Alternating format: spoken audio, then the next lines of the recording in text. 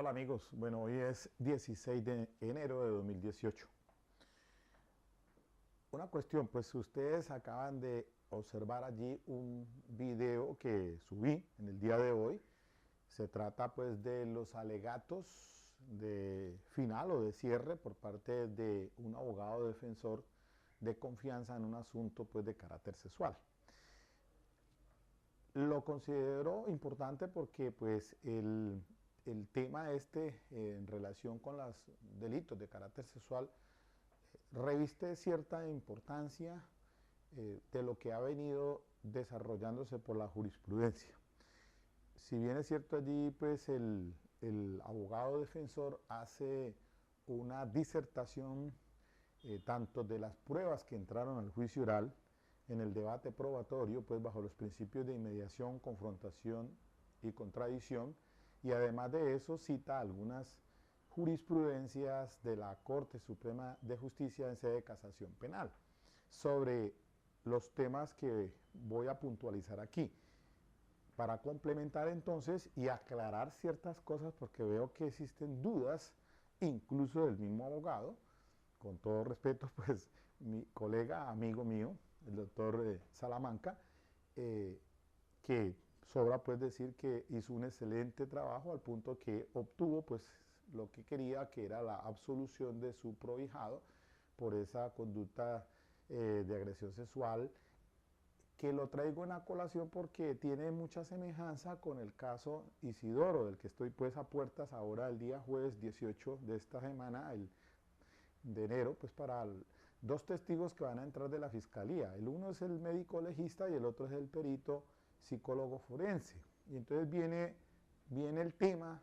como anillo al dedo. Por lo siguiente entonces, aquí en el recuadro central, pues vamos a ver, porque es que me tocó pues apretar la cosa aquí para poder complementar el tema.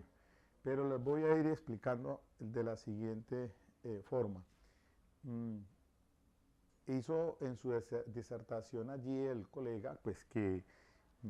el valor probatorio que tienen entonces los testimonios de los menores, ese es un punto muy importante. De hecho, la juez cuando anuncia el sentido del fallo se sostiene o se fundamenta en el mismo, el valor que hoy en día le ha dado la Corte Suprema de Justicia a estas declaraciones de los menores. Segundo, el tema de si los testimonios que rinden los peritos constituyen prueba de referencia respecto de lo que le dice la persona a la cual pues, le va a realizar el estudio, el informe pericial, porque hay que entender dos cosas. Una, que el informe de la base de opinión pericial, que de acuerdo con el artículo 415 le corre en traslado a uno, días antes, pocos días antes de entrar el testigo perito a rendir su testimonio, que es la prueba pericial como tal, la que se introduce al juicio oral. Entonces una cosa es el informe. ¿Para qué sirve ese informe? Pues bien sea para refrescar memoria o para impugnar credibilidad. Ese tiene la misma connotación de esas declaraciones anteriores al juicio oral, con esa finalidad, para refrescar memoria o impugnar credibilidad. Y que el artículo 415 pues indica que ese informe de opinión pericial per se no sirve como evidencia, a no ser que declare ese perito en el juicio oral. Clarificado eso, entonces pasemos a ver lo siguiente muy brevemente. El primer tema no tiene pues mayor dificultad. El asunto es que el valor de los testimonios de menores de edad, según un radicado del año 2006, que es el 23706, pues indicaba de que el daño que se causa a los menores por este tipo de agresiones crean un impacto psicológico en el menor que prácticamente pues cuando van a dar su declaración, la Corte venía sosteniendo de que tenía un valor absoluto de credibilidad, digámoslo así. Sin embargo, la Corte fue matizando el tema y entonces allí aparecen tres decisiones. Una es la 42656 del año pasado, en 2017, con ponencia del doctor Eugenio Fernández Carlier, y los radicados 34 568 y el 35080 del 2011. ¿Qué dijo la Corte entonces? Ya, ahora, ¿cuál es la posición que se tiene? Dice, en el entendido de que el juez debe valorar con los demás elementos de convicción, o sea, los insumos que entran al debate probatorio del juicio oral, examinar con imparcialidad a la luz de la prueba testimonial de acuerdo con el artículo 404, como cualquier otra declaración. Entonces, básicamente, hoy por hoy, esa declaración que se rinde en el juicio oral, pues de ese menor, pues tiene esa virtud de que pues debe ser analizada en su contexto con todos los demás insumos o elementos materiales de prueba que se vierten bajo el principio de inmediación. Lo que pasa es que a raíz de entrada en vigencia de la ley 1652 del 2013, la cosa cambió. ¿Por qué? Porque incluso la sentencia de constitucionalidad, la C-177 del 2014, declara pues la exequibilidad por aquello de el derecho del pro infam, derechos constitucionales y diferentes doctrinas que pues tiene incidencia especial en el tratamiento de los menores frente a este tipo de conductas punibles que se cometen con ellos,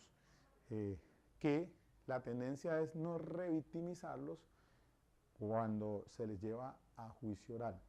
de acuerdo a su capacidad cognitiva, digámoslo así, porque no, una cosa es un menor de 5 o 6 años y otra cosa es un joven de edad de 12 o 13 años. La capacidad cognitiva puede ser diferente en uno como en el otro. Entonces, esas declaraciones que se vierten o se rinden antes del juicio oral son consideradas ahora como prueba de referencia admisible, es decir, que con su conducto por un medio, que es el entrevistador forense el que la recauda, con él se va a introducir esa prueba de referencia, se considerará admisible bajo los presupuestos de que es menguada de acuerdo con el artículo 381 de la ley 906. Pero también pueden entrar otros medios de prueba, incluso aquí la Corte en este radicado 46887 que voy a entrar a analizar del 2017, de febrero del año pasado, con ponencia del magistrado Luis Antonio Hernández Barbosa, pues hace allí una concordancia con varias decisiones de la Corte Suprema de Justicia que ya han venido manejando este tema. Principalmente puedo decir de pronto con la doctora Patricia Salazar Cuellar, la que pues tiene otras decisiones muy parecidas a esta, y se evalúan, por ejemplo, bueno, acá me hago referencia, por ejemplo, a esta radicación 43866 del 2016, que habla de la prueba indiciaria y de la corroboración periférica. Ahorita explico ese asunto. Bueno, para determinar entonces que hoy por hoy, para evitar que se revictimice al menor, pues entra a hacer prueba de referencia admisible, y así el 438 lo establece. Entonces, del 2000, marcamos diferencia del 2000, la 1652 del 2013, si mal no estoy, entonces partimos la historia, unas declaraciones anteriores al juicio oral que se rendían de pronto, las tomaban normalmente el policía judicial, el investigador de Caibas, que entre otras cosas de pronto puede ser de profesión psicólogo clínico, que no es, óigase bien, valoración como un perito de medicina legal, que ese es el perito técnico. Entonces hay que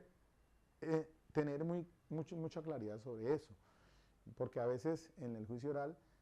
llevan al psicólogo clínico, que es un investigador de la policía judicial, del cuerpo de investigación de la fiscalía, y entonces quieren darle esa connotación como si fuese prueba pericial, por ejemplo, del médico legista o el psicólogo forense o del psiquiatra forense, que es muy diferente y que tienen otros protocolos, porque normalmente el de Caibas hace esa entrevista forense a menores víctimas de agresión sexual de acuerdo con el protocolo SATAC. Recuerden entonces todo lo que tiene que ser con indagación anatómica, indagación de tocamientos, indagación en el escenario donde ocurre y las conclusiones o el cierre a que alude allí. Entonces, una cosa es ese investigador, policía judicial, que de profesión psicólogo, pero que no lo hace perito psicólogo, el perito forense, perdón, al que realiza el estudio del psicólogo forense con otro protocolo que tiene medicina legal. Eso entonces para clarificar allí. Pero partimos la historia entonces con la 1652 del 2013. Se dice entonces que ahora pueden esas entrevistas de niños y niñas, esas entrevistas forenses que han sido objeto de agresión, pueden tomarlas entonces cualquier otra persona que tenga la capacitación en esto del SATAC y que no necesariamente tiene que ser un psicólogo. Entonces, ya eso es diferente, que es el conducto por medio del cual va a entrar al juicio oral esa prueba de referencia admisible y tendrá esa connotación de acuerdo, pues, o esa valoración de tarifa negativa del 381, porque será una prueba de referencia, pero eso no indica de que no existan otras pruebas, incluso las indiciarias, para que entonces se dicte una sentencia condenatoria. Hecho esa aclaración, entonces, mire, lo siguiente es esto. El segundo punto. Existen varios precedentes de la corporación que lo dicho por los niños o niñas víctimas de delitos sexuales ante profesionales que los valoran resulta prueba directa, apta para arribar al conocimiento de los hechos constitutivos del delito y la responsabilidad del acusado. Eso lo encuentran en la 46887 de febrero del año pasado del doctor Hernández. Y también, por acá en el recuadro izquierdo inferior, lo leo porque de pronto no lo alcanzan a ver, dice: el dictamen no es prueba de referencia. El punto a dilucidar no es el acontecimiento delictivo como tal, sino la veracidad de los relatos sobre los hechos, cierra comillas.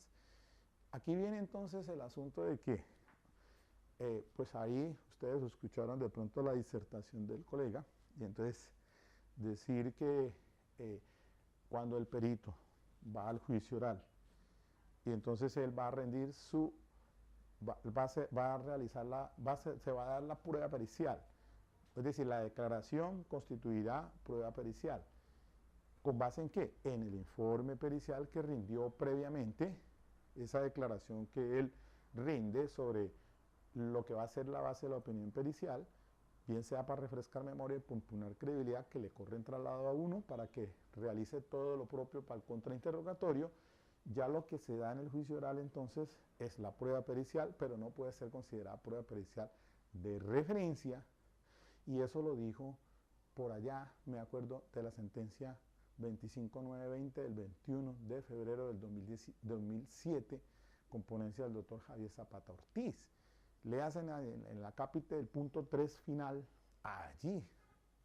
se hace la claridad de que si bien es cierto el perito al que se le somete pues a una valoración como tal, él tomará en cuenta lo que aparezca en declaración en historias clínicas, como lo que le diga a esa persona allí respecto de lo que él va a hacer la valoración psiquiátrica forense. Eso, como tal, entonces no puede ser criticado diciendo es que en el juicio oral entró como prueba de referencia. No, esas declaraciones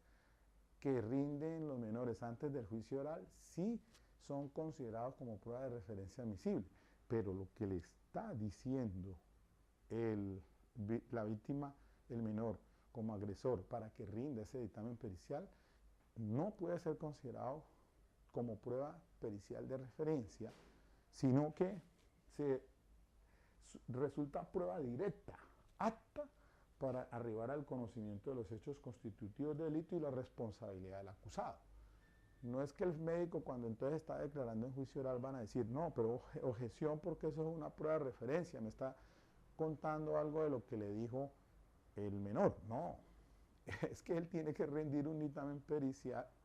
su prueba pericial en la que vierte en el juicio oral con base en el informe pericial, pues obviamente ese dictamen no es una prueba de referencia, porque el punto de dilucidar no es el acontecimiento delictivo como tal. Es decir, él no está dando afirmación de un delito que se pudo haber cometido, sino sobre la veracidad de los relatos sobre los hechos. Entonces él va a decir, pues efectivamente,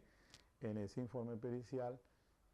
qué fue lo que encontró. Y entonces, por eso traigo como ejemplo, les decía en el anterior video sobre esto de el plan B para en el caso de que, por ejemplo, el próximo jueves que entran el perito, el médico que hizo la evaluación a la menor, que es el informe pericial de clínica forense, que lo rinde entonces y lo firma un profesional universitario forense, el doctor fulano de tal, y el otro informe pericial de niños y niñas,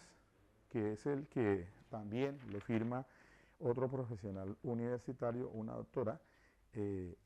dentro del Instituto Nacional de Medicina, de Medicina Legal y Ciencias Forenses. Entonces, de cómo cuando se va a rendir ese informe pericial, este es el informe de la base de opinión pericial que ya le corrieron traslado, por lo menos a mí me lo entregaron después incluso de la preparatoria, porque todavía no he llegado. Pero como lo que entra realmente al juicio oral, lo que vale es la declaración del perito, este informe que lo tengo en mis manos, pues sirve para dos cosas, o refrescar memoria o para impugnar la credibilidad. Y entonces, esa es la valoración como tal.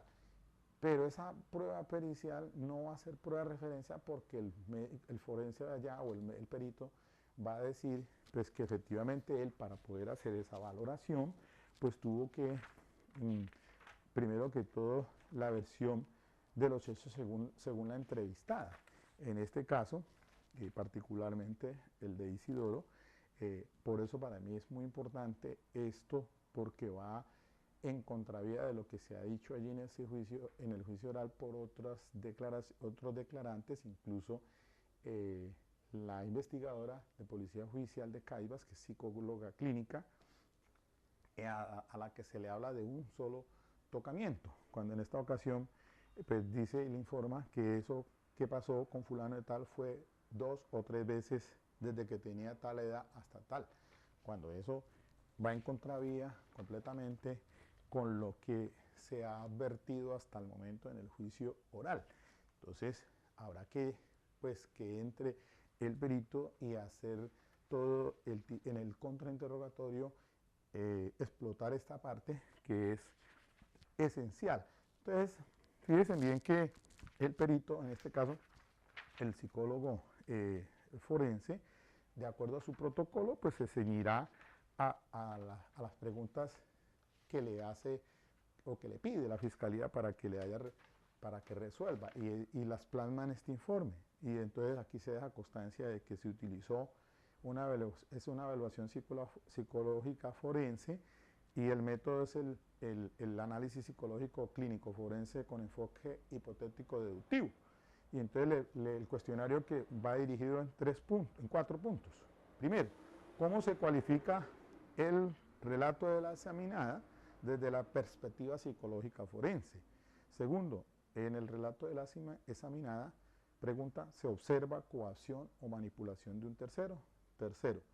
en la valoración psicológica forense realizada a la examinada, pregunta, ¿se encuentra alteración psicoemocional asociada a los hechos que se investigan? Cuarto, las demás preguntas que el perito considere pertinentes. Pienso yo pues que aquí, pues obviamente que no debió haber hecho ese tipo de pregunta, más bien dirá lo que tenga para decir o complementar el perito, no, pero no las demás preguntas que el perito considere pertinentes, porque él no va a preguntar, él va a responder. Entonces, y efectivamente llega a unas conclusiones el perito y entonces le responde en relación con lo que él le fue entregado, que aparece dentro del expediente. Entonces hace la tranliteración, por eso, el perito, sobre lo que refiere la madre, lo que refiere a la historia familiar, los antecedentes personales y el examen mental, el análisis psicológico forense y finalmente las conclusiones. Pero para eso entonces se va a soportar en lo que aparece pues en la carpeta para poder obviamente translitera o hace transcribe lo que aparece allí y finalmente entonces hace la evaluación una vez que pues, ha podido entrevistar lo que tiene en el proceso y entonces así llegará a ese tipo de conclusiones. Por eso es que entonces resulta prueba directa, apta para arribar al conocimiento de los hechos constitutivos de delito y la responsabilidad del acusado.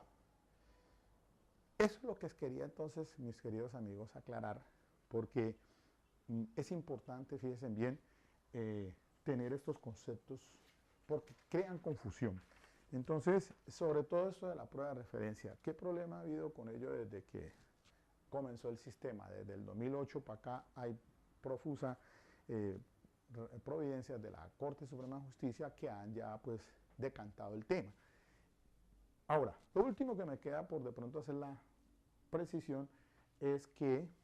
fíjense bien que si por ejemplo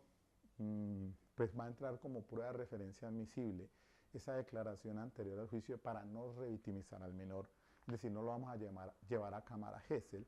entonces muchas veces puede quedar huérfano, como también puede abundar prueba indiciaria, aunque se dice a la Corte aquí pues que la prueba indiciaria pues no está señalada como elementos factor de conocimiento o elementos de conocimiento a que alude el 382. Pero eso no quiere decir, obviamente, que hay que esté pues ya completamente decantada, o perdón, que ya esté fuera del espacio jurídico por el cual el funcionario no puede valorar ciertos aspectos que tienen que se encuentran como pruebas indiciarias. Recordemos que por eso es que ya en algunas decisiones de la doctora Patricia Salazar Cuellar se habla del escrito de acusación que confunden los funcionarios, el fiscal en estos casos, entre hechos jurídicamente relevantes, hechos indicadores y los medios de prueba. Entonces a veces mezclan una cosa con la otra, entre ellos cuando habla pues del asunto de los medios indiciarios o prueba indiciaria, pues alude a estos aspectos y aquí casualmente cuando se hace referencia al arraicado 46887, pues mis queridos amigos se alude a eso de que se conoce en el derecho comparado español de la corroboración periférica. Y entonces, así muy concretamente, para terminar, cuando se hace énfasis en ello, pues dice sobre qué es eso de corroboración periférica. El funcionario, el fiscal, debe pues apuntarle a esos actos de investigación para tratar de establecer otros medios indiciarios o prueba indiciaria que puedan dar luz a establecer la veracidad de esa declaración que está dando pues la persona que ha sido agredida sexualmente. Hay dos grandes problemas. Primero que todo, normalmente los delitos de agresión sexual suceden en espacios donde no hay un testigo directo. Eso es fundamental. Y además de eso, pues el otro tema es que el menor de edad, pues cuando va a dar esas declaraciones, pues según su edad cognitiva, pues no es muy claro al referir hechos o aspectos relevantes. Pero bueno, para mirar esto de la corroboración periférica, así muy brevemente, el lugar o en la escena donde ocurren los hechos. Suele pasar entonces que normalmente uno escucha al fiscal, por ejemplo, cuando le pregunta al menor, decirle si el victimario le daba regalos o dávidas. Eso ya está dentro del campo de la corroboración periférica, porque parece ser lo usual es que se den ese tipo de situaciones irregulares. Como suceden alrededor del núcleo familiar, entonces muchas veces se empiezan es como a intimidar también, porque vienen las amenazas, es frecuente, como ese daño psicológico que se puede causar,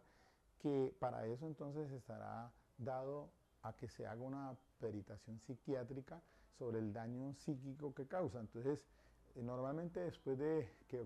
suceden agresiones sexuales, pues hay una desescolarización del menor, hay actitudes que, comportamientos que parece ser que prenden las alarmas al decir algo le está sucediendo a esta persona, a este joven. Eso hace parte de la investigación que debe adelantar el fiscal como corroboración periférica. Por eso, pero no solamente él, sino que también la defensa puede explotar eso. Quizás cuando tratamos de ahondar en el tema, pues buscamos como eso, lo que se conoce como el síndrome de alienación parental, porque pueden existir coacciones o manipulaciones de los mismos, de la madre, dígase usted un ejemplo, en el que el padre, el biológico o el padrastro abandona por X y Y razón a la mujer. Y entonces la mujer pues se vale denunciándolo por un delito de carácter sexual y manipulan al menor a efectos de obtener ciertos beneficios. Eso puede pasar. Y en este caso, el que subí yo al portal del caso del amigo que defiende a este señor, pues parece ser que esa fue el común denominador en el que quería sacarse beneficio económico,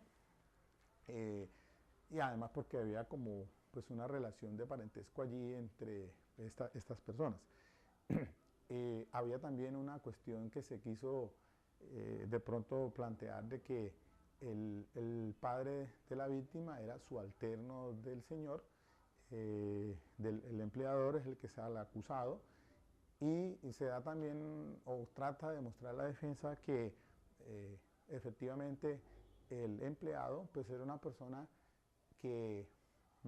pues no tenía como una profesión definida o un oficio definido,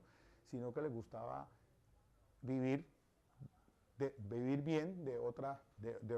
ciertas situaciones. Eso quedó como allí planteado por la defensa, de que en realidad pues la persona lo que quería era valerse de esa situación para obtener beneficios de su empleador. Entonces, esto calza dentro de lo que se conoce,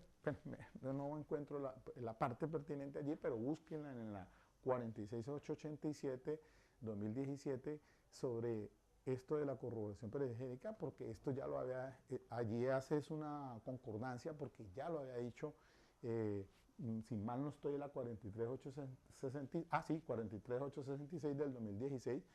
y si mal no estoy es de Patricia Salazar Cuellar, sobre el tema de la corroboración periférica. Entonces, para terminar, pues efectivamente el juez, al evaluar los elementos de convicción que le entraron al juicio oral, pues tendrá que hacer una evaluación de todos los insumos que tiene para tomar ese tipo de decisión. Entonces, no solamente las pruebas directas, sino las pruebas indirectas, como también las pruebas indiciarias dentro de estos casos, que son muy complicados, hay que admitirlo, porque suceden a ciertas horas y en lugares donde usualmente es el familiar el que somatiza a su propio familiar. O también hay casos que donde se han dado de que victimario pues no tiene ningún vínculo de familiar con la persona, pero que dada su posición cometen estos hechos en solitario o donde no está pues obviamente a la vista,